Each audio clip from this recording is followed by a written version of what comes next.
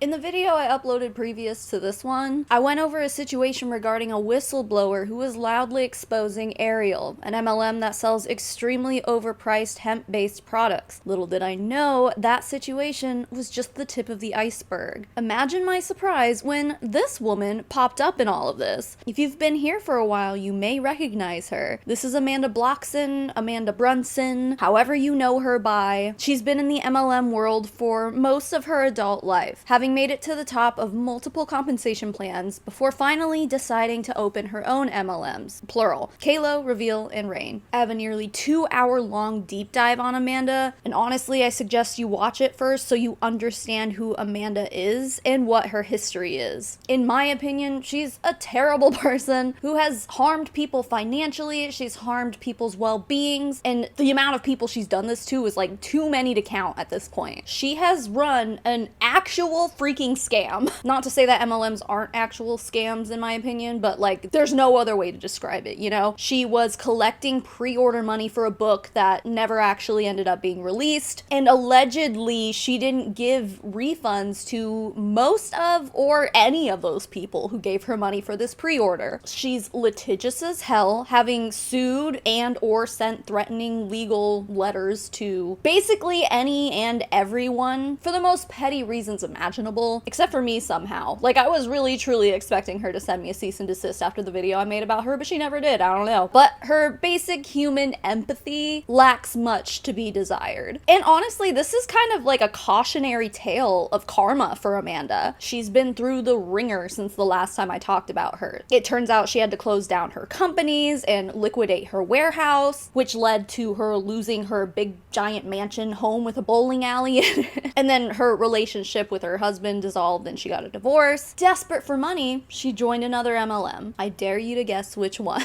If this were almost any other person, I'd be like, yeah, man, that sucks. Darn, sorry you went through that. But Amanda is a monster. And I can't think of anyone better to be a victim of karmic justice like this. That all being said, Amanda is actually kind of the protagonist in this story. So as much as it hurts me to say this, Ariel screwed over Amanda so bad. And this kind of screw over done on Amanda led to people like the woman from my last video, Jen Maruck, speaking out and telling her truth about what happened to her while she was in Ariel and her experience with Travis and Kristen Butler, the CEOs. And it's all kind of turned into a bit of a dog pile onto Ariel by ex-distributors who are disgruntled by their experiences, and all of it is for legitimate reasons. So as easy as it might seem to side with Amanda on this one, I just want everyone to keep in the back of their mind that the protagonist of our story today is not that great of a person outside of this. I do think it's okay to be, I guess, like cautiously empathetic towards Amanda in this situation, because yeah, I do admit Ariel did her so dirty, but I don't think she deserves like actual support outside of the situation, honestly. I mean, you guys can do what you want, but I just want to make it very clear that I am not a fan of this woman. And there might be moments where it comes off like I'm being supportive of her in this video, but just know that the boundaries of my empathy end at this situation with Ariel and the Butlers. Anything beyond that, I don't care. It's about to be a wild ride. But first, I want to take a moment to tell you about our sponsor today, Factor. If you've been struggling to meet your nutrition goals, Factor can make it easier than ever by delivering fresh, never frozen, dietitian-approved meals right to your door. These meals are ready to eat. You just pop them in the microwave for 2 minutes and you've got yourself a chef-crafted meal using only ingredients with integrity. Customize your Factor box by choosing from their 35 weekly options. They have things like Protein Plus, Calorie Smart, Vegan, Veggie, Keto, and with over 60 add-ons to choose from every week, like these juices, or my favorite, their ready-to-drink smoothies, Factor has something for everyone. I love that it takes the stress out of meal planning and cooking for me personally. As a stay-at-home mom to a toddler and now a school-aged kid who's out of school for the summer, feeding everyone can just get so chaotic that sometimes I forget to feed myself, or I just don't have time to go whip up a recipe, so I just resort to grazing on snacks all day like a cow. With Factor, I can feed myself in 2 minutes, like a responsible adult. And I also don't have to spend all that time at the grocery store or like planning meals or prepping ingredients. Like, Factor saves me so much time. So less time spent cooking for me is more time getting things done around here. So if you're ready to try Factor Factor now, I have a special offer for you. Head to factor75.com or click the link below and use code 50SavannahMarie to get 50% off plus free shipping on your first Factor box. That's code 50SavannahMarie at factor75.com to get 50% off plus free shipping on your first box. Thank you so much, Factor, for sponsoring today's video. Thank you for being a regular returning sponsor. I appreciate it. I do love Factor, and I think you guys will like it too. So now let's talk about CEOs fighting each other.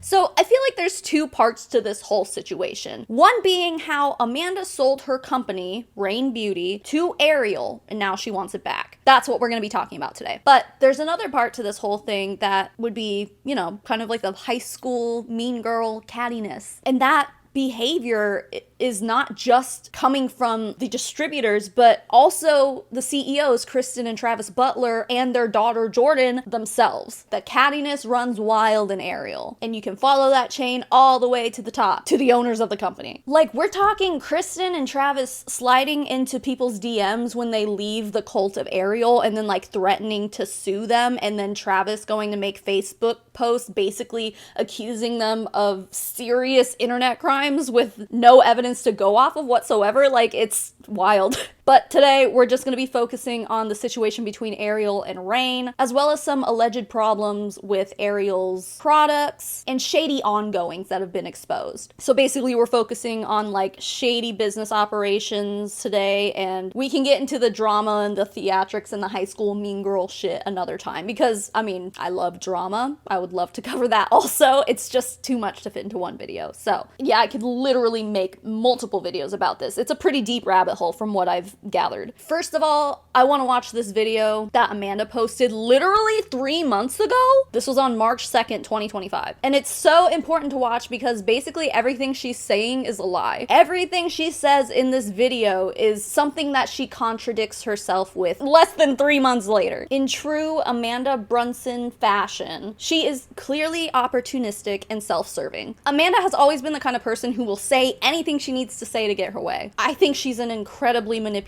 person, but okay, I'm gonna play this video for you now. 1 year ago, I made the announcement that something big was coming. I announced that I'd made the decision to go back into the field, and I joined the company Ariel. In just 1 year with the company, I already have a team of over 5,000 people. I have been featured on calls with the corporate team. I was featured in Business for Home. I've promoted 6 times within the company, all the way to Sapphire, which was just announced that there is a Tesla bonus for this rank. I was announced the top 20 recruiter at our annual convention. And also every month of the year, my paycheck contained a comma, and I could not be more grateful for that. I've seen my body transform thanks to our products. I've even gotten some booty gains. Holla. I've traveled for free over 5 times. I earned a top 20 mansion retreat. I earned a spot on the cruise. I earned a ticket to Magic Kingdom. I went to our annual convention. I've earned so many prizes, gotten so many gifts. It is absolutely insane the things that this company has provided me in just 1 year. I entrusted them as the new parents of my beauty brand, Rain Beauty, which is now on the TikTok shop, by the way. Honestly, though, the largest part of this last year and what Ariel was able to help me do was find myself. I had to find myself when I didn't even know that I needed to find myself. And this company allows you to just be yourself. They allow you to be bold. They don't care if you wear pink lipstick. They want you to speak loud and to be assertive in who you are. Most of you have seen I am a newly single mom, and being able to do Christmas by myself was huge for me. Last, but certainly not least, probably my favorite part of the last year are the friendships that I have created. I have found my best friends within this company. Wow. And not just friends because they're with the company, but actual friends that check on you when they don't hear from you for a couple of days, that genuinely want you to succeed. A culture that is collaborative, where you can work with sidelines, you can work with uplines, downlines, it doesn't matter. The community here is unlike anything I have ever seen. And these are friends that I will have for life. We build business together. We check on each other's kids. We check on each other's well-being. Have you eaten today? girl, bitch, get out of bed. What are you doing? All the things. It would not have happened without Ariel. These friendships, I would not have made them without this company. The craziest part of all of this is I did every single bit of this from my phone. I literally have built an empire from my freaking phone. And you can too. You can become a rock star here, Ariel. Take a look at this last year of my life. Replay this video. Look at all the things that happened in just 1 year for me. Whether it's that you want an extra income or financial freedom, or that you just want friends. Maybe you want someone to call you up and say, girl, have you had lunch today? That is all right here, Ariel. I would love to lock arms and work with you and make 2025 your year. Let's do this. So now let's fast forward to May 14th, just a few months later from the video we just watched, when Amanda went live on Facebook using just the hashtags #GetRainBeautyBack and The Truth About Ariel. The live features a glossy-eyed Amanda basically saying her vision didn't align with that of Ariel anymore, and she goes into how logical of a person she is. Okay, Amanda. I had a failed MLM. Right? I could have kept it going. I could have tried to keep it alive, but it wasn't my passion for one. But also I really felt like the people that were there deserved more than that. And that's a whole other conversation that I'm not going to get into. But coming from the field into a position for having an MLM, because I was a rep before that with numerous companies, I can see the red flags. I can point them out. And that made me cautious, you know, when I would see a situation that I also dealt with, and then I see it handled a certain way. For one, I've already said I need a not meant to be a CEO t-shirt because that role was not for me. I made bad choices. Like, I made decisions that affected people because I didn't really know everything, right? I didn't know what I was doing. I wasn't prepared. I wasn't prepared for a multi-million-dollar MLM. And I could see that in some of their actions. I could also see that there was no telling them that. But it is a little like cathartic to hear her admit with her own mouth that her MLM failed and that she was a terrible CEO. I mean, we all knew that, but it just feels good to hear it come out of her gaping pie hole, especially after all the pain and destruction she caused to so many people. Like, she repented for her sins so hard that she admitted that she would try to avoid all repercussions for everything she did by pinning the blame on other people. So there would be things that I would be like, I use that excuse. Maybe I said that because I could utilize that this person was failing, and I could pin the blame on somebody else, and I would see that in them. I get it. You don't want to take the fall for everything.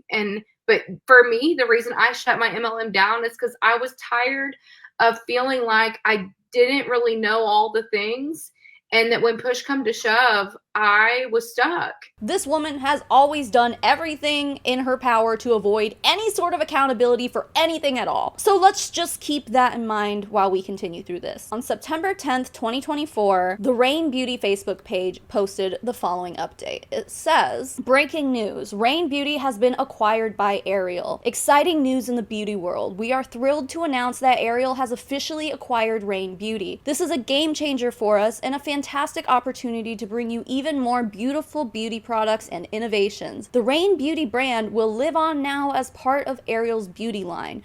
Ariel's commitment to quality and innovation means you're about to elevate your beauty routine to a whole new level. Get ready for new and exciting product launches, exclusive offers, and a whole lot of fabulousness coming your way. Thank you for your continued support and enthusiasm. We can't wait to embark on this new chapter with you all. Stay tuned for more updates and get ready to reign supreme in beauty. Hashtag Ariel influencer. Hashtag the best is yet to come. So this all came after Amanda made the decision to close down her MLMs, which were Reveal and Rain, also kind of known as Kalo Beauty, depending on who you ask. So Business for Home published an article about Amanda closing down Reveal and Rain and joining Ariel. And in this article, Amanda says, I chose to go back into the field because I felt like it was my calling and what I'm supposed to be doing. Once I realized I wasn't meant to be a CEO, I started doing some serious soul searching on what I'm supposed to be doing with my life. I realized I was happiest, the most productive,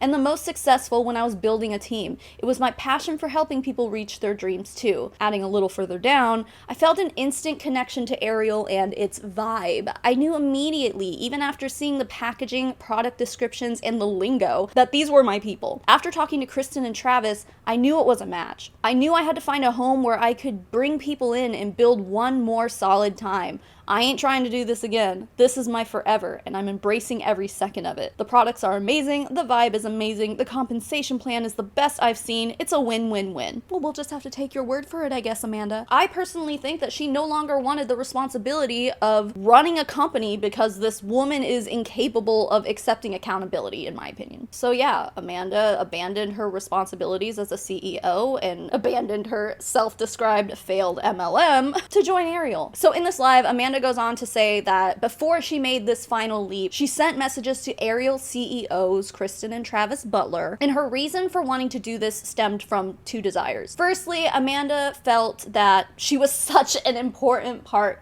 of the MLM world that she didn't want to join anyone's downline. She wanted to be a direct to corporate leg. She essentially wanted to be like the final boss upline for the organization she would be building. That's very entitled of her to even request that, but okay. It wouldn't be the first time. MLM gurus do that a lot, especially when they're like negotiating bridge contracts and stuff. Secondly, though, Amanda says she wanted to make sure that Kristen and Travis knew that she was the owner of a makeup company, Rain, and she wanted to be sure that it wouldn't be a conflict of interest because Amanda was saying that she had plans to bring Rain Beauty back. She just didn't know how or when at that point. As you may know, many MLMs are like staunchly anti-actual small business, so a lot of them will strictly prohibit any distributors from having a side business of their own. Some are more restrictive than others, of course, but for example, like some MLMs go so extreme that they'll prohibit the sale of Girl Scout cookies. Paparazzi literally did that. Paparazzi terminated somebody for selling Girl Scout cookies on their Facebook. I'm not kidding. Obviously, that's like the extreme end of things, but I think it's just safe to assume that if you're in an MLM, there's probably going to be some sections in your contract that state rules about how you're supposed to operate your real small business alongside your MLM, if they even allow you to do that at all. Just depends on the company. So Amanda claims that the Butlers agreed to this whole corporate leg situation, but as soon as Amanda was signed up, she noticed that she had an upline, and that upline would be this woman, Jordyn Bueter, and she's the daughter of Ariel CEOs, Travis and Kristen. And Amanda says that at first, this wasn't necessarily a bad thing because Jordyn was there for her team while she had to navigate this sudden loss of her mom. So she was going through some personal stuff, and Amanda says that Jordyn was there to help her team when she couldn't be. That's understandable. So basically, she just like put up with the idea of having an upline for the time being. That upline, of course, being the CEO's daughter, but you know. So a few months into her Ariel adventure, Amanda decided she wanted to relaunch Rain Beauty again. This time, she wasn't going to make it an MLM. She was just going to have it be a beauty brand with an affiliate program, which fine. So Amanda began excitedly posting to her Facebook in August of 2024 that her makeup business would be making a comeback. And that's when Kristen and Travis decided to have a word with Amanda. So when I shut down the jewelry portion of my company, I told them Rain Beauty is going to go on a hiatus while I figure my life out for a second. And then when I relaunch it, I'll have an affiliate program. Well, I didn't realize I would have so many people asking for that so quickly. And when Kristen and Travis saw that, that's when they reached out to me.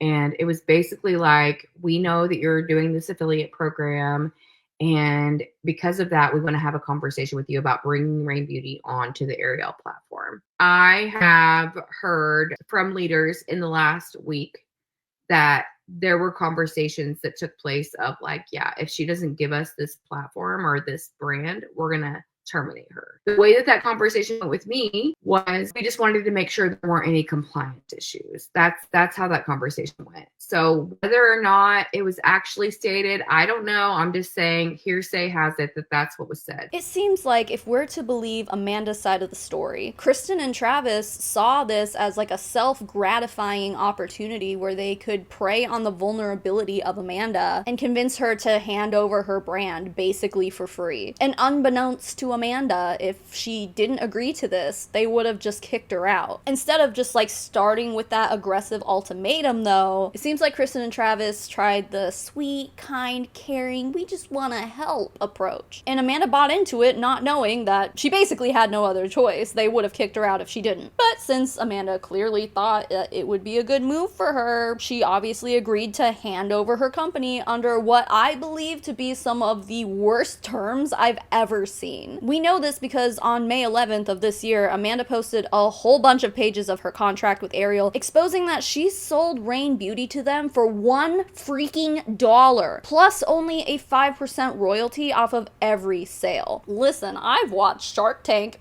and I know this is a terrible deal. How desperate do you have to be to make this big of a mistake? I mean, I guess a mistake is kind of putting it lightly. This was a catastrophic misjudgment on Amanda's part. And while, of course, I do feel bad that things played out the way they did, girl, what did you expect? How could you just sign away the rights to what Amanda refers to as her baby company, Rain, everything she's worked so hard for? How can you agree to just sign it over for $1 and some pocket change? It's so stupid. And Amanda even says in her live stream that she knew that there would be some things that she needed to sort out with the Butlers down the road, but we'll cross that bridge when we get to it. But she's so logical, don't forget that. I'm sorry, how irresponsible can one be with their own business? Anyway, I'm gonna play for you this tearful video that Amanda posted when they finally announced the a partnership. Well, it's officially official that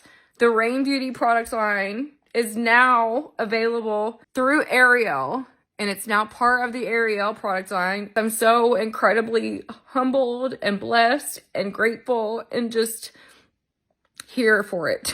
You know, the fact that someone that has a well-rounded company with thousands of reps and hundreds of thousands of customers said, we choose this one, is bizarre to me. I literally am like, this didn't just happen.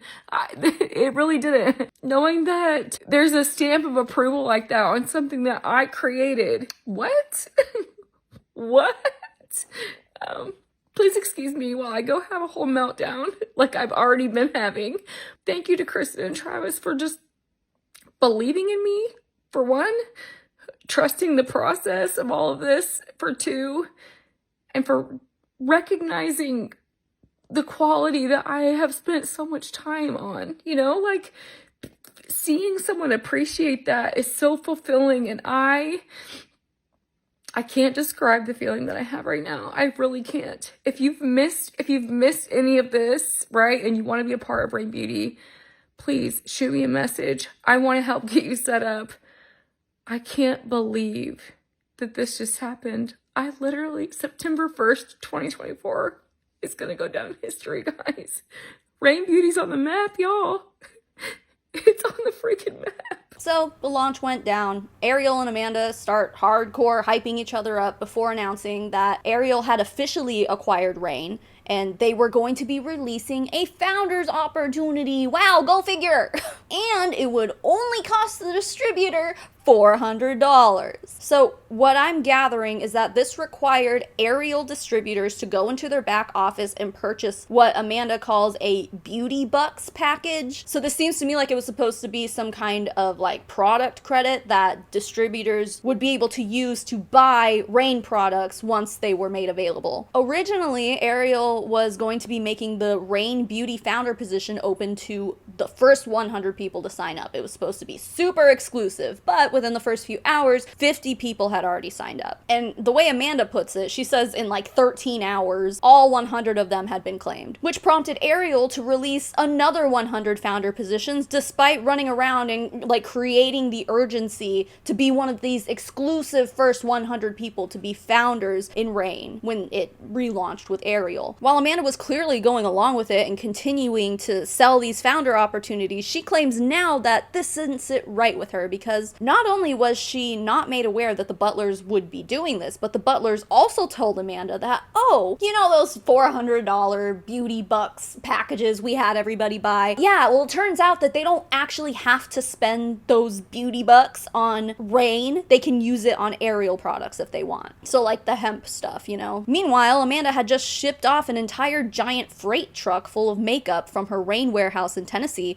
to Florida, where the Butlers were living and operating Ariel out of. Still So high on the new business partnership, she went down to Orlando to film promotional material for Ariel. However, the honeymoon phase would only last for so long. As time went on, Amanda says that she was kind of noticing that things weren't turning out to be as promised by the Butlers. For example, Amanda says that she would regularly request sales and inventory reports from Ariel for specifically rain products. She explains that she needed these reports to be able to know, what products were selling best. She needed to put orders in for, the correct products to be manufactured based on each product's popularity and current inventory standing. Like, it makes sense why you would need those. But between the months of September 2024 and February 2025, Amanda says she didn't receive any reports at all, even though they were contractually obligated to be giving them to her. But even to this day, Amanda says she never received any of the reports from that time period at all. They only started sending them after February. Once Amanda began to finally receive these reports, she says that she started noticing some discrepancies. Once I started getting reports, which has just been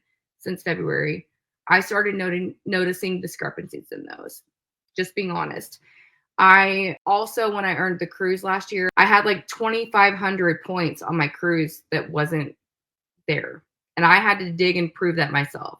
So I've already known the reporting is maybe not the best forte over there. In March 2025, Ariel added rain to their TikTok shop, which Amanda didn't agree with because she was like, why did I just sell my company over to these people who all they did was just put it on TikTok shop? I could have done that myself. But regardless, on TikTok shop, you can see how many units of something had been sold from the time they'd been placed on TikTok shop. When you go and look, the numbers are pretty pathetic. There are some products on their TikTok shop that haven't sold any units at all, and most of them have sold under 10. For a supposedly extremely successful MLM with life-changing and amazing products. That's terrible. Just as a reminder though, these numbers are only for TikTok shop sales. They don't include sales through the distributors on their replicated websites. Still though, that seems really, really low. Oh, but real quick, just as a little reminder here, as of today, TikTok still technically has a ban on MLMs being on their platform and selling on TikTok shop. Do they enforce this rule? No, they've never enforced it. But still, the fact that Ariel and other MLMs, like Monat was even on TikTok shop for a while, they still might be, I don't know. But the fact that there are MLMs using TikTok shop to sell their MLM products, that's against TikTok's policies in and of itself. It's so bizarre. Why even make a freaking policy if you're not gonna enforce it? What the hell, TikTok? I don't get it. Anyway, now that we've covered how TikTok shop works, Amanda was saying that the discrepancies that she mentions in the reports were things like TikTok shop says they sold 67 units, but I only got paid for 42. Something like that. Another issue that Amanda had, and this is only to my personal understanding because Amanda is kind of all over the place when it comes to staying on track and telling this timeline of a story, which I can't blame her for. She has ADHD. I have ADHD. We do the same thing. I'm not hating on her for this, but it was a little bit hard to put all this together because of the way she talks about this. Anyway, I guess when Amanda decided she was going to relaunch Rain, she had designed a new eyeshadow palette. I believe it was called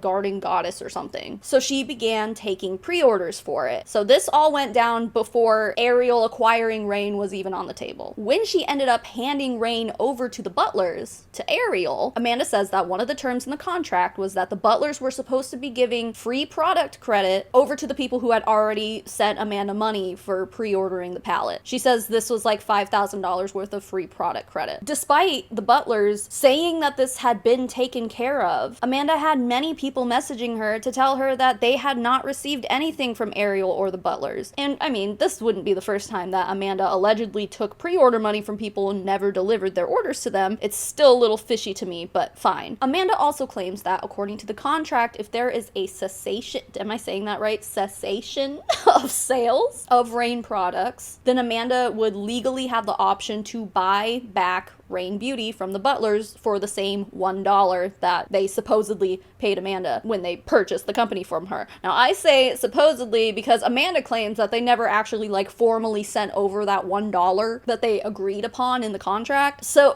maybe there's room to argue that the sale of the company was never actually binding because that dollar was never formally sent to to Amanda. I don't know. But Amanda claims that there are 4 separate times that Rain had been removed from Ariel's website, and 2 of those times it was down for like 2 weeks or something like that. This is a screenshot that proves them taking Rain Beauty off the website. It was a total of 4 times, which is another contractual breach. The first time that ever happened, they took it off the website without my knowledge, and I had to find out basically like through the field on a Zoom that it was taken off the website. I'm like, yeah, I might need a heads up that my whole livelihood was just shut off. So I'm like, any update on Rain Beauty being back on the website? I thought it was supposed to be back on the 21st or 22nd, which is the announcement that they shared. Rain Beauty will be back on the 1st. This ended up being that it was down from the 19th of April until the 1st of May. So literally like almost a half a month's time that it was just completely down. Now, I found this part in the contract, and it doesn't designate a specific time period that the cessation of sales has to last in order for Amanda to be able to buy the company back. I'll read it to you. I'm no lawyer, but in my non-professional opinion, I'm not sure if Amanda's claim of this being a breach of contract is valid. But anyway, the contract says, should buyers decide to cease operations and discontinue selling Rain Beauty products, seller will have the option to purchase back the Rain Beauty assets for $1. This does not include,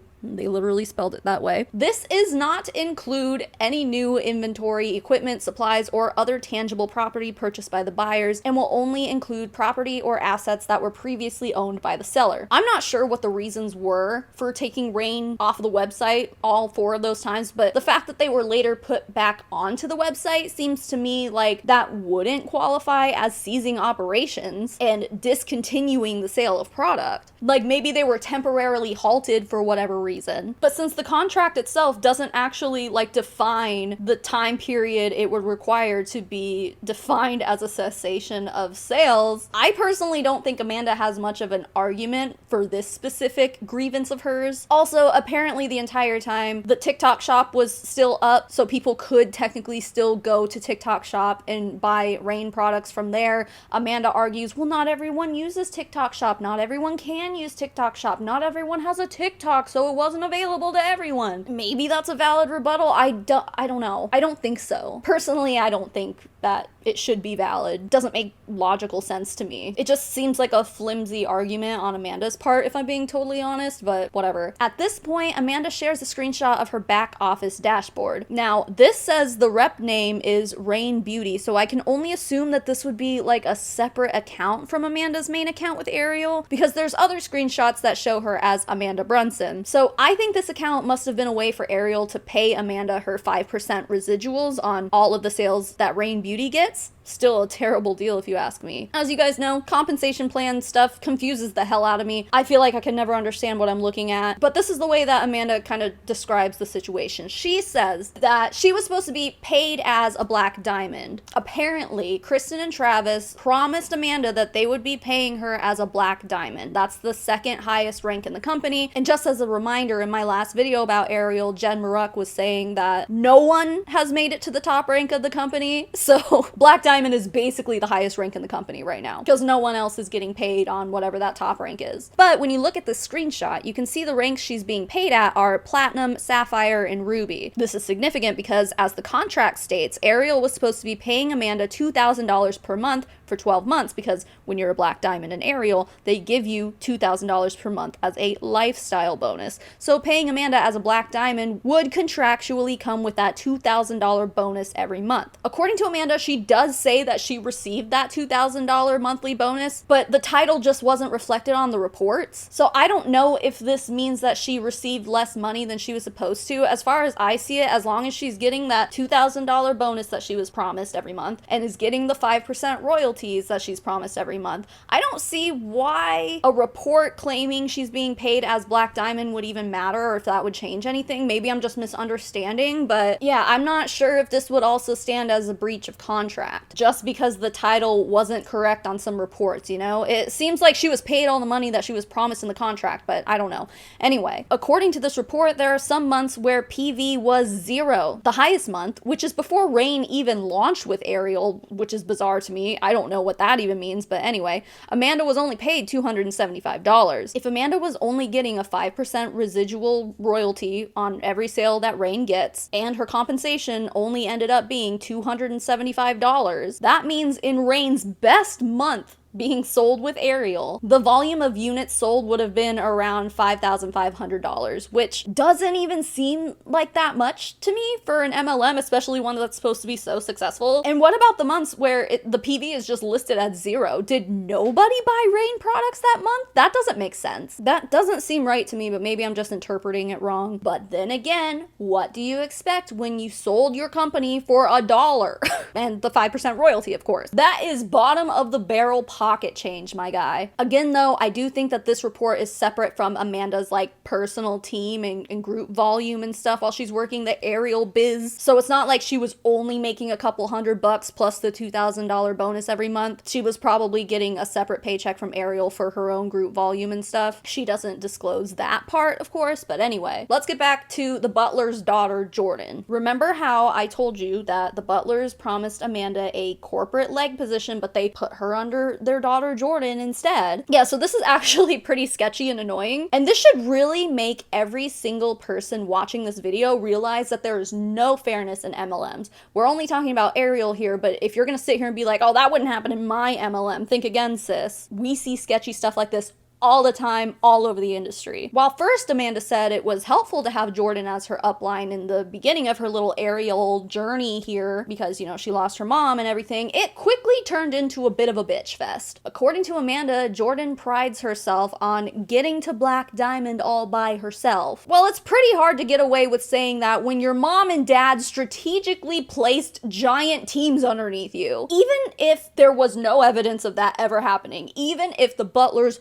weren't doing that, does Jordyn really truly expect us to believe she hasn't benefited at all by being the child of the CEOs? She's also basically the poster child of Reign Beauty now. When you go on their website, most of the images are of her. I mean, come on, man. Of course you didn't get to where you are based on hard work and dedication. You are the entire definition of a Nepo baby, girly. Anyway, there was drama brewing between Amanda and Jordyn because apparently Jordyn was upset that Amanda told everyone that she had been placed under the CEO's daughter, despite being asked to be placed as a team direct to corporate. Amanda also reveals that the Butlers had been strategically placing volume underneath Amanda as well, therefore resulting in an increase in Jordyn's group volume, since, you know, Jordyn is the mega final boss upline here. Oh, this is a good screenshot. This is a screenshot where I'm proving people were added to me and added under my downline that I didn't even know. So, and this I didn't even come across until I was looking for the whole Sapphire Black Diamond volume. It's directly from my back office, and this is when Andrea left. And I'm sorry, Andrea, I didn't even ask for permission for this, but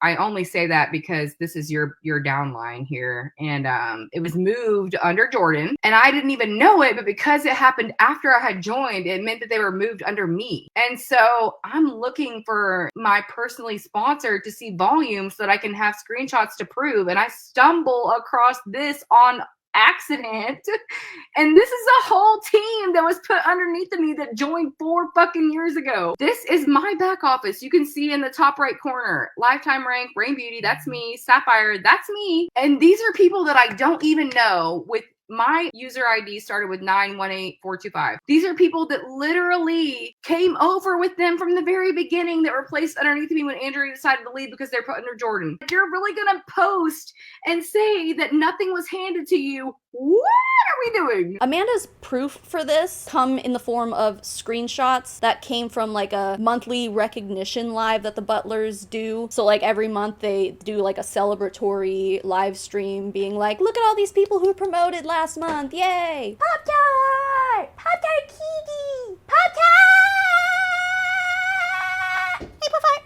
We're in the presence of royalty. Anyway, Amanda claims that this specific month, neither her or Jordyn showed up on any of these lists of people who got promoted that month, and that would be allegedly the result of the Butlers like artificially putting volume underneath them. And in doing so, that would make it so it wouldn't show up on Ariel's like internal reporting. But the Butlers just forgot to cover their tracks and forgot to add Jordyn and Amanda to their respective lists. This is the video that Jordyn and I were announced for our promotions of Sapphire and Black Diamond. and neither one of us are on the leaderboard. Make this make sense. My volume for this month shows $9,700 on my recap. But in Jordyn's screenshot also, you can see that she had to have personal volume in order to hit that rank. If you know, you know. You have to know network marketing to know. But this is the 500 list, and neither one of us are on it. And both of us would have had to have had at least 500 in order for us to promote. This is the 1,500 list. That's the other person that's on it. This is the 2,500 list. Those are the people that are on it. That's the 5,000 list.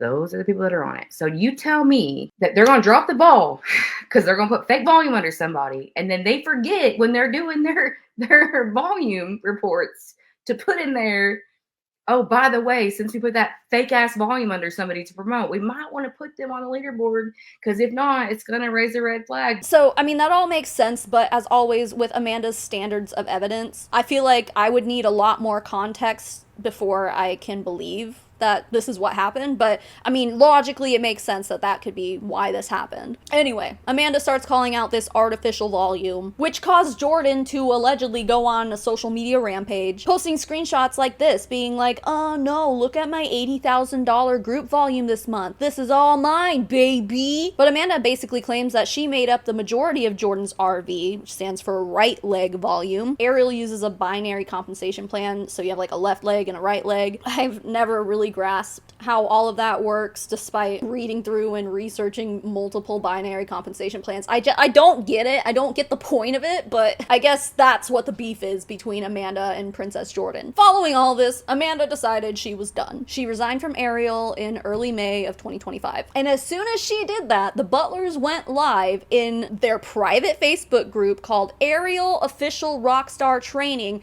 to talk shit about Amanda. Now, apparently this Facebook group is supposed to be the official Facebook group for Ariel distributors to get training and learn about products and yada yada yada. And the CEOs go in there like, let's talk shit about an ex-distributor.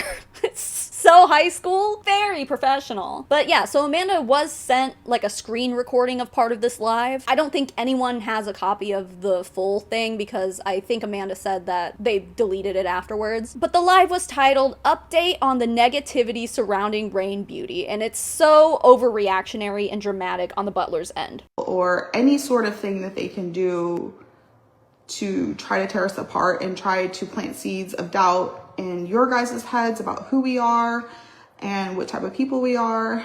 And I just really hope that you guys don't believe that. This is who we are.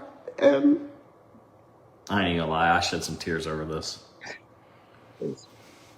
I just want to address some of the things that are happening like right now today, because they're literally flat out lies. You guys have know that we've spoken with some of the leaders one-on-one when situations arise. This is one we can't handle on our own. You know, this is one that we're gonna have to navigate as a community together, because they're not coming after just our livelihood, they're coming after your livelihood. Friday was a very emotional day for me because I just found out after I was done training, Travis told me about my grandmother and what had happened because I wasn't aware. And I was just distraught, obviously. And I got an email saying from the founder of Rain Beauty that basically she was resigning and that she wanted Rain Beauty back and that we had breached our contract with her. And I didn't even read it fully. I just briefly looked at it, and I looked at it and I was like, this is laughable. Like, what you're saying we breached is not even truth. So you've got the Butlers trying to do damage control and fishing for pity. Kristen squeezes out some crocodile tears for sympathy. Travis tries to rally the groups around Amanda. Who does this? What kind of professional corporate leaders would go into their official training group to throw a pity party for themselves? It's just so beyond manipulative. And it's clear to me that the Butlers were just trying to weaponize their distributors against Amanda. This is what cults do. too. Like, let's take Scientology, for example. Once you leave the organization of Scientology, you are then labeled as a suppressive person or an SP. Everyone within the cult of Scientology has to cut off all ties with you and join in on the hate campaign. And if they don't, they are also labeled a suppressive person and kicked out of the organization. And what does Scientology do to people who are labeled as a suppressive person? They stalk them, they harass them, they fair game them. And fair gaming is an official Scientology term that it basically means they will go as far as they need to and do everything they possibly can to essentially ruin your life. And I'm sorry if you think this is hyperbolic, but MLMs do this. They do the same thing, except maybe, you know, not to such extreme measures as Scientology. But Amanda left Ariel and she was immediately, essentially, marked as a suppressive person. And now the cult is, metaphorically of course, out for her blood. This is just pathetic behavior on display by two grown-ass adults who own a multi-million-dollar business. They should really be ashamed of themselves. But as we should all know by now, people in MLMs have no shame. So there you go. So then Amanda goes over the rest of this clip in a later live stream, and in this clip, Travis says he's gonna throw a little shade at Amanda. He starts swearing like any good Christian man would, and, you know, Kristen and Travis really like to bolster themselves up as good, fine, upstanding Christian people. And then Kristen claims that Amanda never told her that she was ever frustrated about anything, but then, of course, Amanda comes in with screenshots to prove that that was, in fact, a lie. Let me go back. I want to throw just a little bit of shade. Because fuck that. I'm not happy. I'm pissed off. Like, this is bullshit that we're even having to deal with this. Like, literally never told us, hey, I'm frustrated. Can we I literally never told them I was frustrated. Okay. do anything? Like, literally nothing.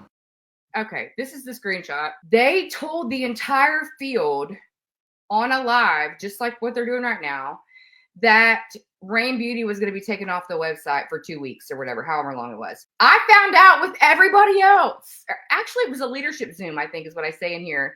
And they told us we had to have our cameras on, right? Well, I was explaining to them why I shut my camera off, and that was because I was in utter shock that they just told me, along with everybody else, that Rain Beauty was going to be taken off the website. So this is me being like, hey, can we possibly like tell me these things before?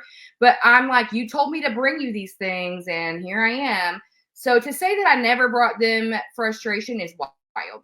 Travis then claims that Amanda was like some kind of unprofessional drunkard on stage at a convention, and then Amanda produces a video clip of her on stage at supposedly said convention, proving that she was not, in fact, acting drunk or acting like a weirdo in any way. I admit that this video clip seems pretty normal. Could Amanda be being sneaky by sharing this clip claiming that it's the instance that Travis is talking about when it's really like a totally different time? Sure. I don't know if that's the case. I'm just saying it's a possibility, because I just can't trust Amanda at face value when it comes to anything she says. But I feel like if Amanda had been making a drunken scene on stage at an Ariel convention at one point or another, the anti-MLM movement would have gotten our hands on that and reacted to it into oblivion, and yeah, it would have seen the light of day. I have not seen a video like that myself, so I'm just cautiously skeptical about Amanda's side of the story here. But whatever, we'll just take her word for it with some cautious skepticism. So at convention, she was drunk on stage. This is what's hilarious. They never thought I would be able to prove this, okay? I literally actually don't know where this came from. I mean, did people drink at convention? Sure. But the one night that we went out, I went out with them and I was the only one that didn't drink. And so you're going to tell your whole ass fucking field that I was drunk on stage. Okay. I'm Amanda Brunson. I am the founder of Rain Beauty. And I'm super excited to be here with all you guys. You all look beautiful, by the way. They do. They look good. Yeah. I would love to know, tell us why you chose Ariel. That is an amazing topic, actually. It's very loaded too. It's very loaded. Oh my gosh. I was walking down the hallway earlier. I was like, okay, how am I going to do this? Because like that's like a whole hour story. We're not going to do that. So actually, I did have my own company. We're not going to get into that. But also, just so you know, the hide and seek, because I was asked this question previously. The hide is the concealer part. So there's going to be 20 shades total, right? The one thing I had ever shared with them, and I wasn't even going to say this tonight, but I'm going to. The one thing I had ever shared with them, because they also brought up my divorce. That's just personal. Like, they should not be bringing up personal stuff. It bothers me. You know what I'm saying? It bothers me that they think that that's okay. It doesn't bother me that they brought it up. Does that make sense? So in my divorce, Kristen asked me, and I have this in text message. She said, I just was on the cruise with y'all. Like, what happened? But I said I got in a funk and I was like drinking when I bowl. And then before I knew it, I was bowling 3 nights a week. And then I would be like drinking when I play Call of Duty, because I used to play Call of Duty. And I was just in this funk that I couldn't get out of. And I shared that with her. I will say, and this is my opinion, hypothetically, okay, I feel like this was their way of using the one personal thing that I ever told them ever and falling flat, because you can clearly see in the video that I'm not inebriated. And that's what pisses me off, because it's like, to pick apart people personally and to go into their past or their personal life is absolutely insane. And to make accusations that somebody was drunk on a stage when I have the proof that I wasn't is a little much. Like, to tell a whole group of people that I was friends with, that looked up to me, like, do better. Finally, in this private live stream, Amanda claims that Travis and Kristen are making up just complete lies about her. They're literally about to tell you that they spoke to me about something that they never, ever spoke to me about. Never. They're also about to tell you that people told them things that never happened, and I'll get to that after this clip. Treat people poorly because they weren't Rain Beauty founders. People that maybe didn't want to sell the product, or people that didn't want to spend money on the products. People who weren't, I can imagine you might not know, we had name tags with little badges kind of. And she's talking too much. You are talking too much for this to be the truth. Hanging that said founder on them. And so in her mind, everyone should be a founder because everyone had the opportunity to become a Rain Beauty founder.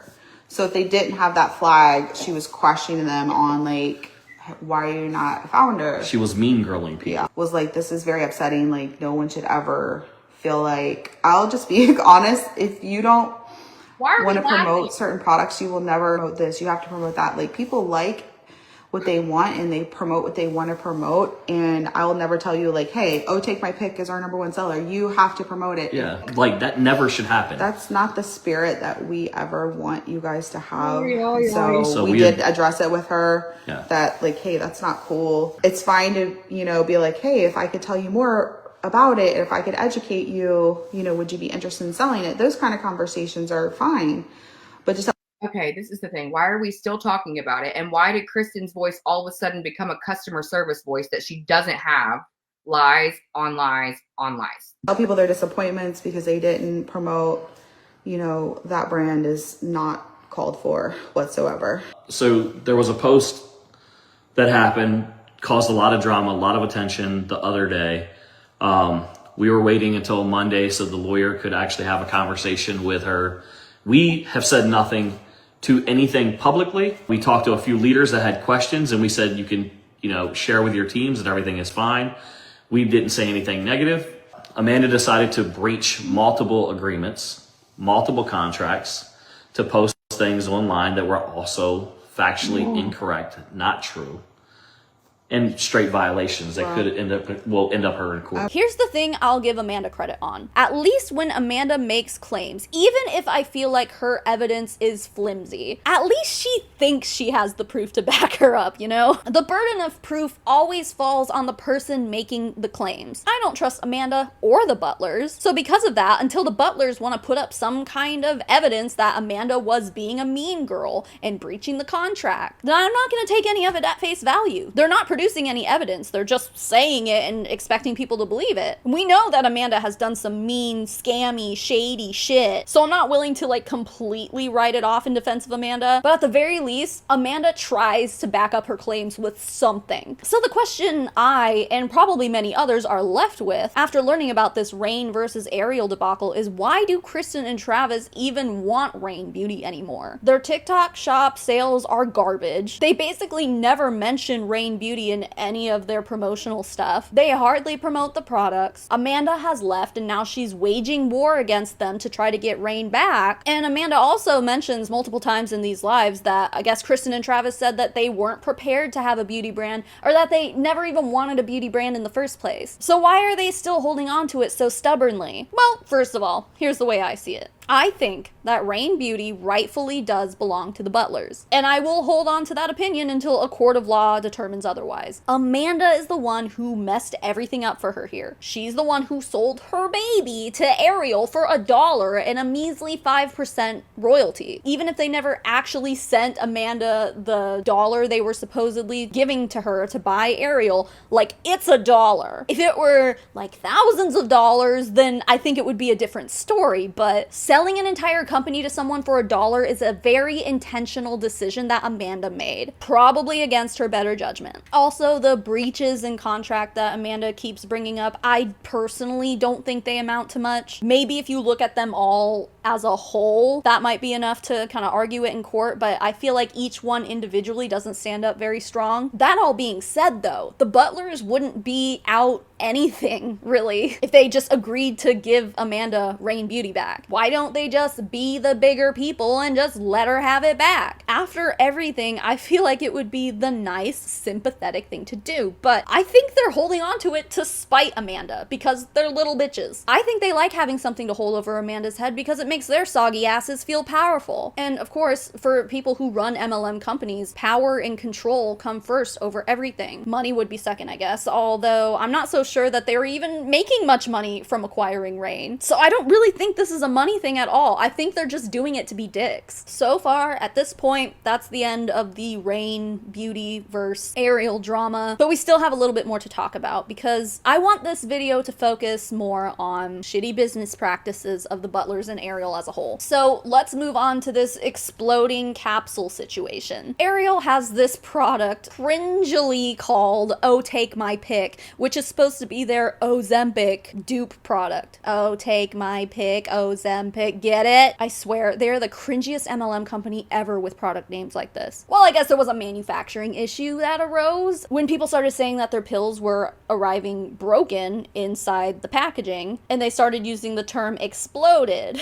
But really all that meant was that the capsules were broken and had spilled the contents into the container. There was clearly something going on with manufacturing these capsules, which happens. Sometimes companies go through things like this, but the circumstances of this product issue are pretty concerning. In Amanda's first live, she shares this video clip where Kristen is like, yeah, our capsules were exploding, and Travis agrees with her. And then there's a cut in the middle of this clip, and it goes to another clip from another live where Travis then contradicts himself, and he's like, the capsules weren't exploding. The capsules were exploding. Yeah, there was Let me just say there might have been a crack in a couple here and there. If you got a recent order, you might have noticed there was a couple in there that were like that, and so to prevent too much loss, basically they were just losing way too many capsules. And I posted a video on my story of them out right there. They're literally hand sorting them, taking out the ones that exploded.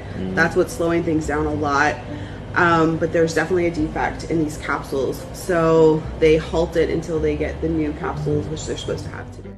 And I also want to clarify something, because some people had said something about like the capsules were exploding and that's the reason why they weren't being manufactured. That is not true. They had a bad box. Now here's what you have to understand is when we get shipments of the capsules in, you're talking millions of capsules. But if the box that they came in is damaged, we cannot manufacture with those pills. That is what we were talking about as far as damaged capsules. The damage was done before the lab made anything out of those capsules. But they can't make capsules that would be considered contaminated because the boxing and the shipping that was done with it had damage to it. So I wanted to clarify that as well, because there was misinformation that was shared that was not accurate nor true. So I want to... Capsules aren't The capsules are not exploding. Yeah. I admit this is probably just Travis taking the word exploding literally, but Amanda's point is that they kind of go back and forth on their stories of what's actually happening with the capsules. Honestly, like, if that were it, I probably wouldn't even be sharing this because, like, whatever. But this next part is what made me interested in this, because Amanda shares a voice clip that she got from someone with insider knowledge, and they claim that the product that manufactures Ariel's products also manufactures products from other companies as well. One of these products is kratom, which is an herbal medicine that comes from a tropical tree in Southeast Asia. According to an info sheet released by the DEA, they say kratom causes stimulant effects in low doses and a sedative effect in high doses. Kratom is also understood to be an addictive substance, like most stimulants are. It can also cause a slew of negative side effects to those who ingest it. Also, it's not a controlled substance, so you can get your hands on it if you wanted to, although it seems like you shouldn't be taking kratom without talking to your doctor first. Well, apparently the machine that manufactures Ariel's Oh Take My Pick is the same machine that they use to capsulize kratom for another company. So, obviously don't tell nobody this, because now we're hearing word that Nicole is telling people to expect their capsules to come busted. Kristen and Travis found out that the lab was using the purple cap machine to make kratom capsules because they had a higher percentage they could get paid on them, having to break apart the machine, clean it, to then run hours. Travis literally told them that he was like gonna blow the lab up. Like, he was gonna go savage. They're trying to rectify the situation, the lab is, because they don't want to lose us. But Kristen and Travis said, you know, on the backside, they're going to be working with another lab to see how their production is. This lab has their own place just for our capsules. So, she got really nasty with our lab. Can we also talk about how Travis threatened to blow up the lab over this? Talk about an overreaction. Kristen, put your psychopath husband on a leash for a minute here. He should not be communicating with us normies if he can't keep his intrusive thoughts inside his head. It probably is annoying and concerning to learn that a lab has been using the same machine for your products as they do to capsulize an addictive substance, and that their constant taking apart and cleaning and then putting back together of said machine is probably what started those problems. Sure, yeah, but like, dear Lord, let's not be threatening to blow up buildings over this, Travis. Holy shit. It's like that Friends episode where Ben Stiller is Rachel's boyfriend, and like he just like yells at people for little things, like old people sitting in their seats in the theater. People like Travis are scary. Get that dude some help, man. So far, we have summarized 3 of Amanda's live streams, but we are not done yet. Let's get to the part where Travis Butler starts whining about being cyberbullied and being the most overdramatic man baby to ever exist in MLM history. So Travis went into that same private training Ariel Facebook group and posted the following. Hey rock stars, I know most of you have witnessed Ariel, its owners, corporate staff, leaders, and other rock stars being harassed, attacked, defamed, extorted, etc. on social media. We want you to know that we're taking this very seriously and are handling this through the legal process as swiftly as possible. Many of you have experienced your own attacks, and we want you to know that you have rights. Charges may be brought both criminally and civilly against your cyberbully. If you are being threatened, yeah, they typed it like that. If you are being threatened, feel unsafe, or have been threatened to expose private text, messages, or other personal information, please contact your local authorities for help. You'll need to file a report and make sure you provide proof and the names of the people involved. These are some of the Florida statutes that would be applicable. Please look up your local statutes if you reside elsewhere. Continued in this post, Travis then lists a number of statutes that he thinks are relevant. The way he's playing this up is so bizarre and pathetic. Like, he literally starts listing things off like mob intimidation, extortion, blackmail, cyber stalking, cyber harassment, doxing, freaking revenge porn, and like actual threats of violence. It's important to note here that this all comes from Amanda's 4th part to her Ariel exposed live stream extravaganza. In part 3, one thing I haven't gone over in this video is how she ended up having a guest on. Her name is Danielle Litt. She was someone that Jen Maruk mentioned in my last video about Ariel. Danielle is yet another disgruntled ex-distributor, and she came on Amanda's part 3 live stream to tell her side of the story. I figure if I'm gonna make a part 2 to this, like, Danielle's story and everyone else would be included in that video. Because, like, Danielle's story is a lot of high school mean girl bullshit, which is interesting in and of itself, but I figure it's best to just keep everything separate. But I bring this up because in this specific live stream, Amanda brings up that she never had any intention of getting people together to talk shit about Ariel on a live stream. It just happened, and I do completely believe that because it makes sense. Amanda was a huge name in the organization, and her speaking out opened up the floodgates. I'm sure that a lot of people did start messaging Amanda and being like, hey, like, here's what happened to me, here's my story, here's how the Butlers treated me, here's what Ariel did to me. And then Amanda just, like, let them come on and tell their story to her audience. I feel like it's a natural evolution of the situation. It makes sense. But I'm sure people as dim-witted and full of themselves as Travis and Kristen, they would look at this as some kind of, like, coordinated, planned cyberbullying attack, and they felt the need to make a post like this because people like them live and thrive off of pity from other people. So then Amanda starts bringing up that she has some lab reports that she wants to share. These lab reports come from a third-party lab. Amanda claims that the person who released these lab reports, they wanted to remain anonymous because they're the ones who sent the products off to the lab and then was too scared to actually share the results, which is how Amanda ended up sharing them. So if you've been in the anti-MLM movement for a while, you may remember a situation, like, I feel like it was maybe 2 years ago, where Q Sciences, which isn't an MLM anymore, they went into the shitter. But in this situation, there was a product that, you know, supposedly was not supposed to contain any THC. It was supposed to just be CBD. Wasn't supposed to show up on a drug test, nothing like that. It was not advertised to contain any THC at all. But it turns out it actually did. And the contents of THC in this particular Q Science product caused an aspiring fireman to lose out on his dream job after failing a drug test. So this situation with Ariel is very similar to that. Apparently, Ariel no longer sells these products in question. Gee, I wonder why that could be. So this might not be a current threat to Ariel customers right now, but if this had happened before with their products, why wouldn't anyone expect Ariel to try to pull this off again? So the two specific products in question are their Crimson Wave gummies and Head in the Clouds gummies. Both were marketed as full spectrum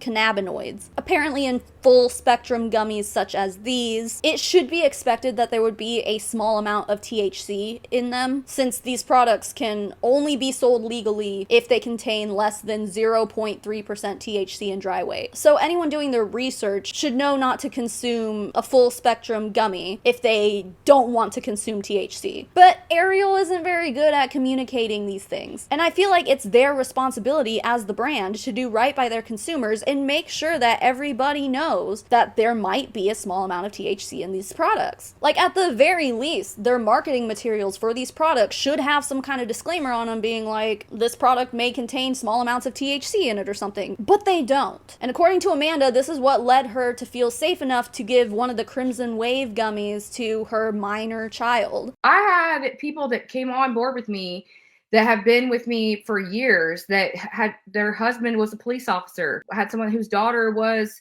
a pro athlete. These people need to know if they're going to fail a drug test. They need to know what they're putting in their body. Not everybody wants to take Delta 8.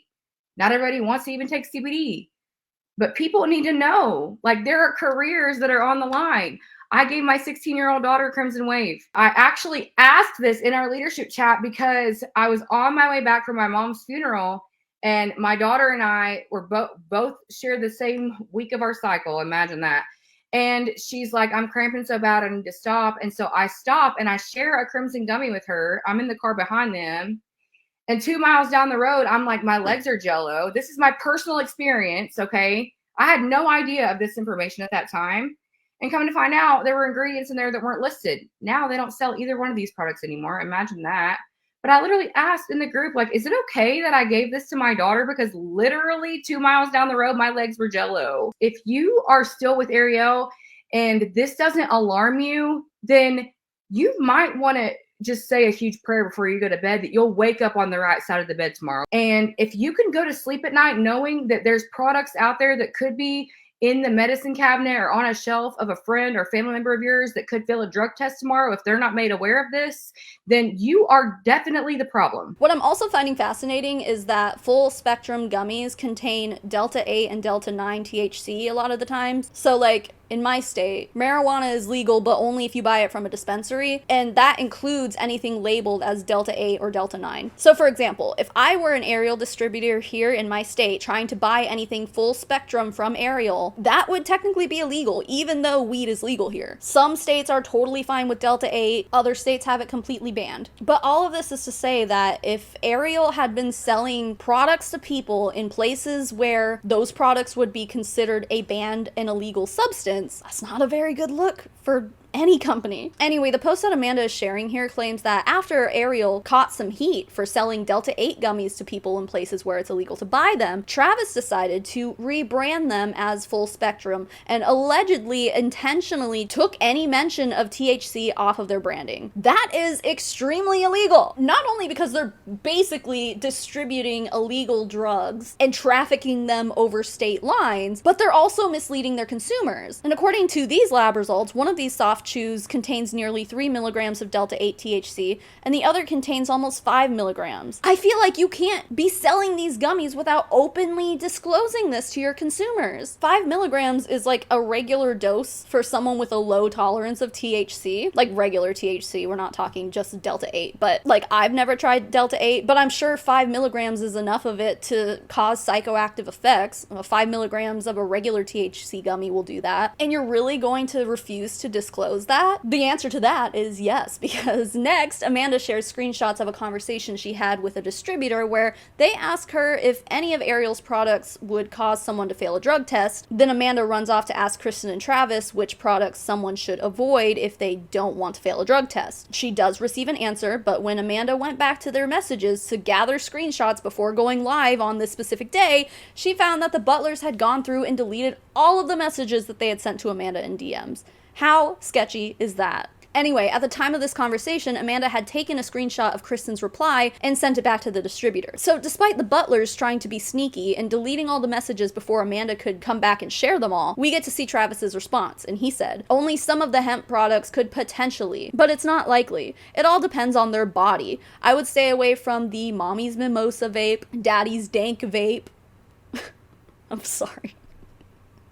These product names, I can't. Oh god, it gets worse. Lemon Squeezy Vape, 300 Pineapple Express Tincture, 500 in the 1500 Watermelon Mojito Full Spec, 3000 Mint Tincture, In the Mood Amplified Gummy, Cloud 8 Gummy, Hurricane Gummy. Every other product has 0 chance, while those have very, very minimal. 0 chance. Are you willing to take that bet, Travis? I don't know how accurate or complete this list is, but all I'm saying is, Ariel consumers, y'all better be careful. This company has proven itself to be untrustworthy time and time again as far as I see it. I would not trust any of these people if they tell you that their products won't make you fail a drug test. Moving on. So in Amanda's part 6 update, yep, we're still going. This one is significantly shorter. She responds to a comment that someone in the chat left that was like, "You only want Rain back because you see how successful it is at Ariel." But Amanda shows a screenshot of her commissions from Rain during the month of April, in which she had only brought in $178 of royalty in that month. Again, the volume that Rain would have had to actually sell in order for Amanda to get that 5% royalty check of $178 is not an amount that I would equate to a successful brand. There's not much else in this particular update video except this part where she hints towards the subject of her next live stream. I have found out during all of this that they stole a brand from somebody else. And I've researched that for 3 days before even saying it out loud to y'all. This is not the first time they have done this. So this woman is named Kristen Gonzalez, who claims that Ariel also stole her brand from her as well. Now, this story, I don't know if I would consider this also stealing her brand, but it is definitely close to like stealing someone else's trademark and stealing their ideas and, you know, copyrighted, whatever. But no matter what it's categorized as, I think it's wrong and shady as hell and unethical, and it's still wrong that they did this. So Kristen had this coffee food truck that she called Brewgie, like bougie and brew, you know. Cute name for sure, very unique and creative, I'll give her that. Kristen joined Ariel in 2020, but didn't actually start her Brewgie coffee food truck until 2022. She quickly had it registered as an LLC and went through all the steps to get it up and running as a legitimate food truck business. Having already been indoctrinated deep into the cult of Ariel, she admitted that she actually added Ariel products into some of her coffee drinks, which is wild wild to me. Like, imagine going up to a food truck and then being pitched an MLM product at the same time. How deceptive and weird. As we've heard from others before, Kristen started saying that she also felt like she was falling out of alignment with Ariel, and suddenly her paychecks with the company had been significantly decreased, which led her to believe that volume was being stolen from her organization and being placed elsewhere. Now, she does not provide proof of this. She mentions she doesn't have proof of this, but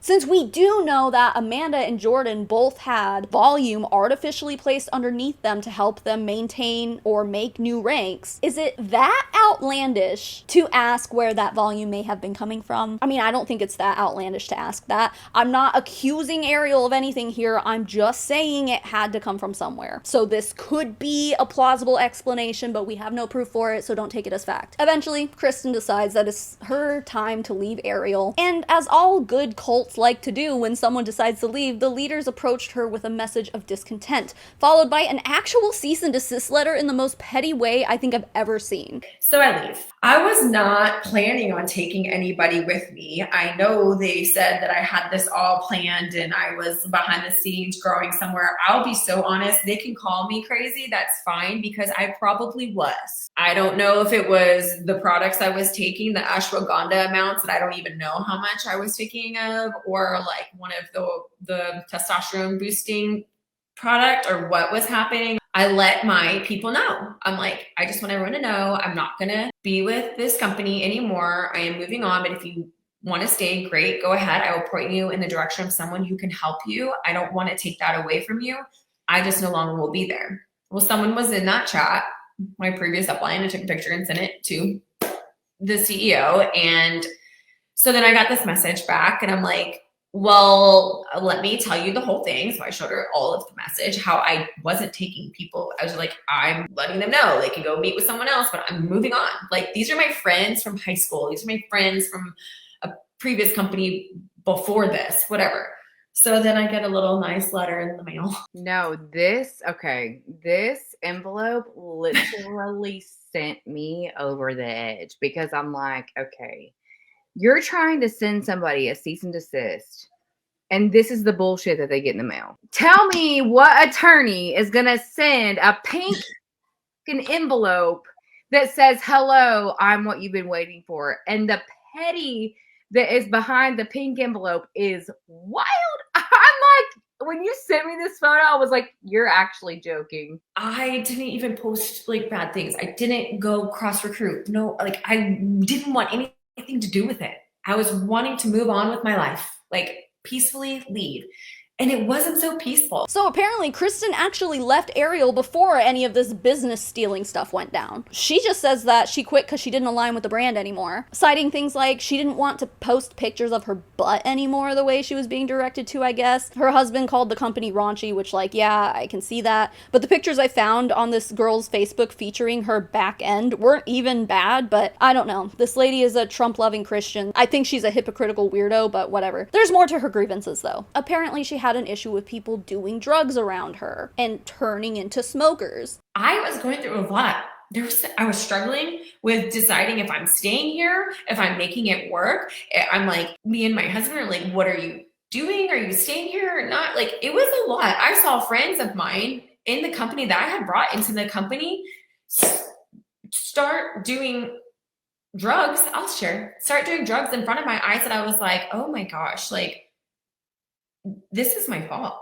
I brought him in here and they have been like made to feel like this is a cool thing and this is fun and this is what we do. And we have awakenings and all that. And I'm just like, what is that? Like, I struggled a lot at that point. I don't know if she's referring to people smoking weed or, like, cigarettes. But considering Ariel's all about hemp, I'm assuming she's out here freaking out about people smoking weed in front of her. Which, like, girl, it's 2025. You're a grown-ass woman. You were putting Ariel products into your bougie products. Like, sit down and grow up. THC is not for everybody, and I don't judge anyone who decides not to use it. But, like, don't sit here and be like, oh, chill out. She also goes on to say that she lost her faith in Jesus Christ through her involvement with Ariel, which I just find weird because Jen, the girl that I made my last Ariel video about, she mentions that she found Jesus again because of her involvement in Ariel. So somehow I don't think that any of that was Ariel's fault in either of their situations. But anyway, here's the clips of all that. I'm over here showing my butt all over the internet because that's what we're kind of encouraged to do, body positivity. I'm smoking things because those are our products and they have, substances in them. Is this really who I want to be? No, this is not who I am or what I want to be. Like, I'm forcing this. As soon as I didn't agree with them and I started questioning and I pointed things out and I just was like, yeah, I'm just not on board with showing my butt. I was told, okay, you could just not give a F. Or you just not give a F. I lost my faith in Jesus Christ.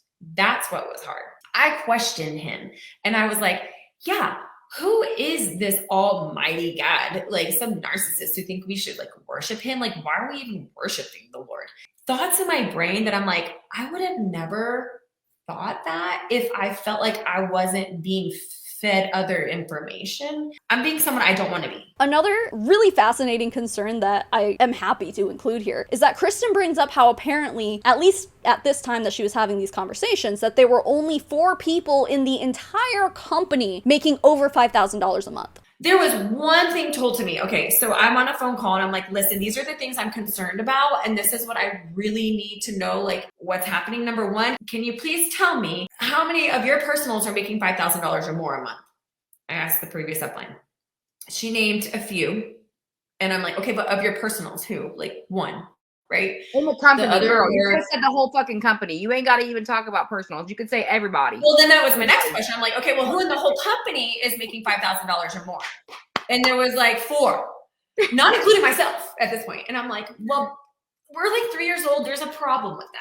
And being in network marketing already for 7 years, I'm like, that's not good. If you can't make more than 5,000, a good chunk of people making more than 5,000 a month after 3 years, this isn't stable. 20% of the company should have been making that. Yes. At that point, Ariel had been open for 3 years. And if only 4 people are making a livable-ish paycheck, that's a huge red flag. And that's the paycheck that people were making when they're in the top 0.001%, That is so bad. Anyway, so the whole Brugie situation goes like this. After Kristen left Ariel, the Butlers released a new Ariel product called Brugie Gold Digger. You can't make this stuff up. So they did spell Brugie one letter differently from Kristen's Brugie food truck, but this was supposed to be a chai tea powder that you add to water and you get a latte, I guess. And the logo looks really similar to Kristen's Brugie. And just to be clear, when scrolling through this woman's Facebook, it's obvious that she was successful in Ariel. She has pictures with the Butlers and she's qualified for trips and stuff, so the Butlers knew about Brugie. There's just no way that they can deny that. So now at this point in the live stream, Kristen is asking the chat, and I guess also by extension Amanda, who's listening to this whole story, she wants to know what everyone else heard about this whole situation with Kristen leaving and then having Brugie pop up in Ariel right after. Then Amanda chimes in to tell her side of the story of what she was told why Kristen left. I'll tell you what I heard real quick. Okay, tell me. So I heard, and I think this is what they tell everyone, that you named a flavor. You were supposed to have a flavor. I'm about to call Becca. I'm just gonna call Becca real quick. What flavor is it? We were told that they invented the whole line of mushrooms for the gummy gang. That Yes. Taylor would have the matcha, and then Dee got the other one, the chai, and that Kristen was supposed to do the mocha because she had a coffee shop. No, the mind over matter because she was crazy. That's what they said. They were sorry that you missed out, but you didn't get the flavor, and nothing about royalties was ever shared. Nothing about anything, and this was very hush hush until somebody else brought it up. So that's the story I was told. I'll give you the stage back now. Just naming a flavor, huh? That sounds like something a big fat stinking liar would say when they're just trying to cover up the fact that they allegedly just stole the name Brugie and used it for themselves. Kristen shares the rumor that she heard about herself after she quit. It seems like Ariel just couldn't get their story straight, because there's quite a few different versions of why Kristen left floating throughout the atmosphere in Ariel. I did hear that I had the opportunity to formulate it, but I chose to quit instead. Okay, back up. This is before they announced anything about their Brugie. Okay, so you let me just clarify this because I did not know this. You left because of other things, and then they claimed the Brugie brand? I had Amanda, I left in August of 2023. They launched Bougie in January of 2024. When I saw that they launched Bougie in January, I was like, are you freaking kidding me? And then I started hearing all the stories of like, oh, well, we gave her an opportunity to formulate it, but she decided to quit instead. I'm like, the only time I heard something was when I was on the phone on that conversation with the previous upline, and I was asking her these questions. She was like, well, we're coming out with a mushroom coffee. Like a fast, like we're coming out with mushroom coffee. Like you just have to say there's a mushroom coffee. I'm like, I don't give a shit if there's mushroom coffee. I don't care about any of that right now because you have done this to me. You have like, there's no future here. I've worked extremely hard for 3 years and nothing is going anywhere. I saw them come out with Bougie and I couldn't even say anything at this point because I got those papers and I was in a keep your mouth quiet. After this, Kristen says she went to go file for a trademark of her Bougie. She also says that she had tried to do this in years prior, but she was told that she wouldn't be able to do that because she was adding CBD to the products, and so it would be immediately denied. I guess that's a thing, apparently. I don't know. That's just how I understand how she's describing it. Might be a totally different situation that I'm not understanding. But anyway, now that she was out of Ariel and not putting those products into Bougie anymore, she felt like she could now go file for a trademark. But Ariel was on the same wavelength and allegedly filed their trademark basically around the same time. And then once they had their Bougie trademark, they took to social media to be snooty little bitches in response to Kristen's stealing allegations. Trademark is here. We own Bougie. Oh my God, we own it. Then the hashtag is hashtag can't steal what you own. There is absolutely zero reason for a clapback like this publicly. Like it's just so disgusting. Okay, so that is the extent of the Bougie situation. I don't know if I would classify this as Ariel stealing a business from someone. I think it's more so just like stealing someone else's idea. Like it is without question, certainly shady, unethical, and just like all around evil to do, especially to someone who spent 3 years in your company, probably making you people hundreds of thousands of dollars,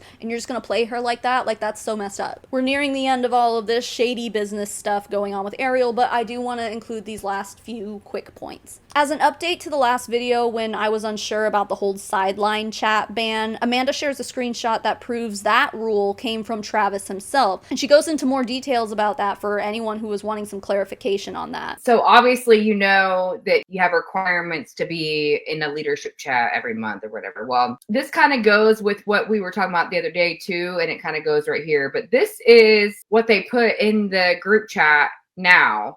And it says, we'll be asking this chat to be closed down very soon. Grab your photos and info before it's gone. We're launching a new Telegram channel, which never happened, for everyone to stay up to date. Chats with sidelines is not permitted unless specifically approved by corporate and compliance to protect the integrity of the field and leadership. So I bring that up just because like when someone like Kristen or myself is going through something or feeling like down, they literally prohibited us talking to each other. How can you control that? Like, you don't own me, you don't control me. I am a person, a human being, and I have the right to talk to whoever I want to talk to. Telling your organization that they're basically not allowed to communicate with other teams and leaders in your organization is so controlling. Like, this in and of itself is enough evidence for me to proudly state that I believe that Ariel is a high control group. Like, that is wild. In other news, Kristen, we're not talking about Kristen Butler, we're still talking about this other Kristen lady, Kristen Gonzalez. She claims that she had her own negative experience with the products, their formulations, and the lack of communication that she received from Ariel regarding any product reformulations. Towards the end, I just couldn't take it anymore. I couldn't be customer service because I had to fix all the mistakes that were going on. I had people messaging me, downline and customers, like, hey, like my unicorn drops, they don't taste bitter and sour like they used to. They actually taste like water. Did something happen? And I'm like, I don't know. And then writing into support, and then like, no, we never changed anything. And then literally like another person writes in, they're like, oh, well, we had to change the fulvic in them because it was eating away at the droppers. So you did change them, but you didn't tell us. Kristen and Amanda also accuse Ariel of potentially white labeling products. They always claim to us we aren't white labeled. Like, it's not a white label. Like, we don't just stick a white label on someone else's product. And I found it, I'm like, isn't that white labeling? Unless I'm not understanding like what white labeling means. Zeolite bottle, when you buy 100 of them, it's $1,000. So their GTFO is $10, guys. $10 if you want it for way less money. And you can go look at what's inside. They're like identical. And then if you want unicorn drops for only $10 too, here's your Sedona O2. Here you go. Literally 131 micronutrients to every cell in your body, contains a blend of 28 metabolic enzymes, 18 amino acids, and 85 trace minerals. Those numbers are literally the same. I bought them too because I'm like, let me see.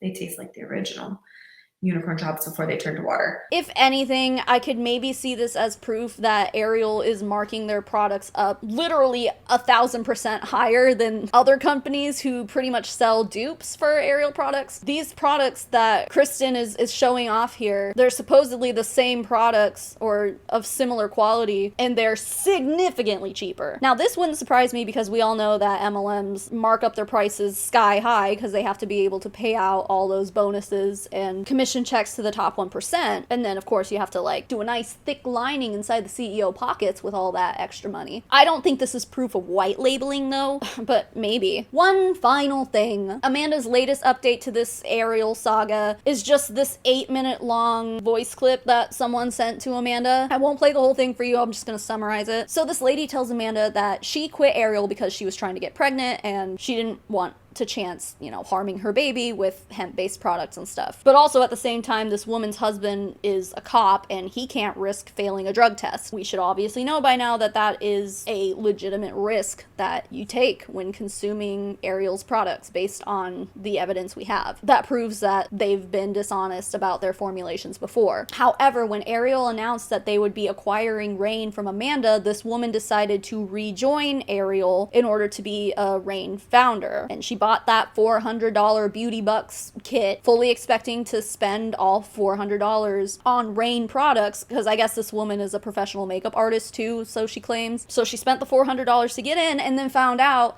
that the Rain products were sold out. So now she had $400 in product credit that she couldn't spend on the things she wanted. So then in walks Jordyn, the butler's daughter, and she allegedly told this woman, oh, just use that $400 to buy an Ariel product, it's fine. Those are products that this woman did not want. So then Jordyn apparently ghosted her and she never ended up getting the Rain products that she wanted, and now she's out $400. So that's basically what that 8-minute long voice clip was. So yeah, that's unethical and wrong as well, and I feel bad for that woman. I think it's clear that after everything we've seen today, it's easy to come to the conclusion that Ariel is a company that I personally believe you should stay away from. It seems like they've hurt a lot of people, and all of this information that I've spewed onto you today is only part of it. So if you want me to make another video going over all the catty drama that some of these girls are sharing, let me know in the comments below. If this video does well, I'll make a part 2 and we'll go over all the high school bullshit, which is always fun. So before we end it here, I just have to say thank you to a few people. First of all, thank you Factor for sponsoring this video. Don't forget, factor75.com. Use the code 50 Savannah Marie, get 50% off plus free shipping on your first Factor box. You guys are going to love Factor. I love Factor, so I hope you try them out. And now I just want to thank my patrons and my members, guys. The list of names I'm about to read off are my financial supporters. They get access to things like our private Discord server. We do have a postcard club, and sometimes even more than that, early access to videos if I'm able to give them to you guys. But yeah, if any of it sounds good to you, you can go to patreon.com/Savannah Marie, or you can click the join button beneath this video to join my YouTube memberships. With that, the biggest thank you in the whole wide world goes to Hoodla Chowdown, Jacqueline Nutton, Kessie Drew, KJ Barnes, Leanne, Marie Silver, Bug, Caroline Reed, Daniel Urena, Maddie Darley, Ray, AJC, Luciana Valiente, Emily Jean, Miss Blue,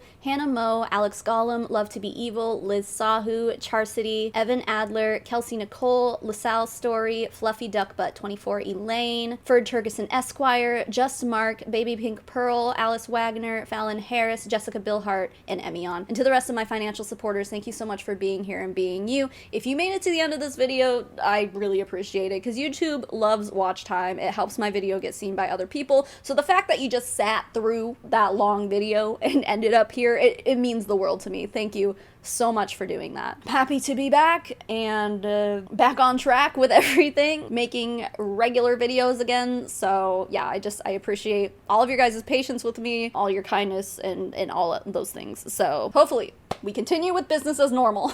And with that, I'll see you guys next time. Bye.